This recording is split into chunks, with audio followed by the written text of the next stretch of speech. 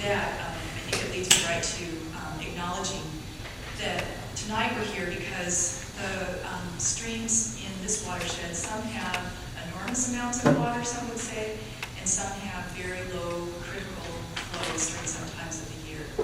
And with the data, with the research, with the studies, the interviews, the local people who have known the streams and flows for a long time, there's noticeably some change in what's happened and is occurring here in the watersheds and sub-basins of Water Resource Inventory Area 17.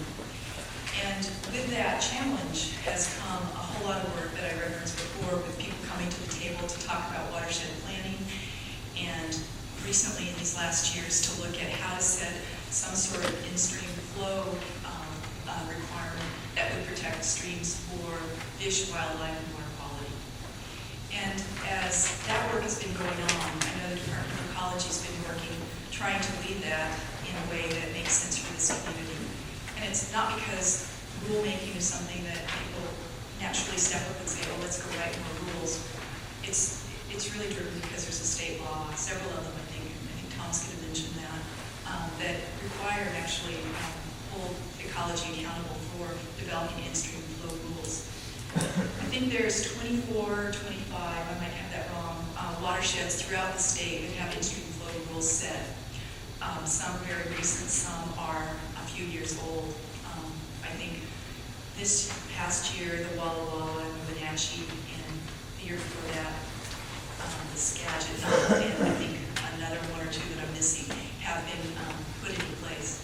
And I share that because what may feel like is only happening here in eastern Jefferson County is happening in more places across the state. And as Ecology is doing that work, we try very hard to see what the community needs, values, and interests are.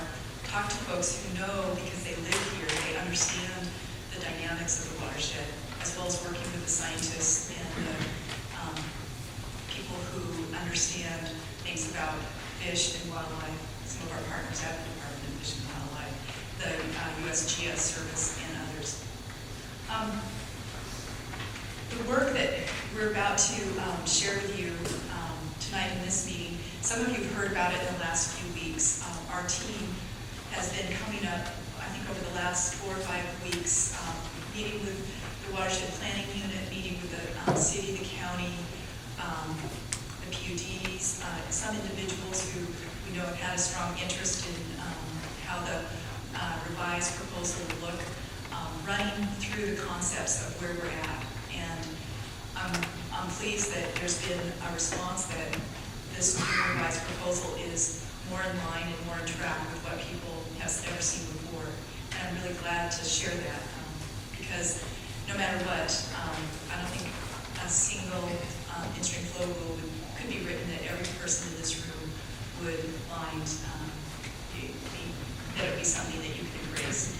I think Bill Graham, to pick on him, kind of had a nice metaphor a while back at a meeting. He said, you know, an in-stream flow rule is kind of like a porcupine, and nobody wants to hug the porcupine. And you know, Bill, I think that's sort of the place where establishing new rules, no matter where you are, it sometimes appears to be that way.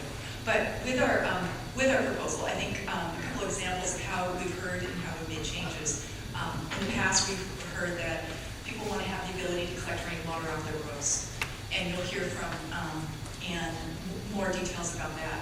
We've heard from some people there needs to be available water for more farms, and you'll hear also some more on how in some parts of the basin that's something that looks like it's very supportable and feasible. We've heard other kinds of requests and interests and challenges that Ann will again walk through, how we've tried to listen very closely, think hard, consult some more with the people who we have to work with in order to come up with these proposals, run these ideas by folks like many of you in the audience, listen some more, and then come forward with a proposal. And that's where we are tonight. Just a comment from our director, Jay Manning. He knows that this is a really important community to work with for establishing an in-stream flow rule as a water management strategy. He's also very sure that the additional steps that must happen after in-stream flow rules are set are very important and are already happening on the ground here in this watershed. Those next steps being looking at how do we find new water supply projects? How do we look for things like water reclamation, maybe desalination as the PUD has talked about, aquifer storage or recharge projects. All of those kinds of projects really follow after the framework of in-stream flow rule is set. And I look forward to our team continuing to work on those kinds of projects as those continue to be worked on and led by the local community leaders in the community here. So with that, I'd like to thank you again for being here tonight and ask Tom Loringer to step up and talk with us a bit more about watershed planning and talking about some of the myths that we can continue to hear about. So thank you, and good morning.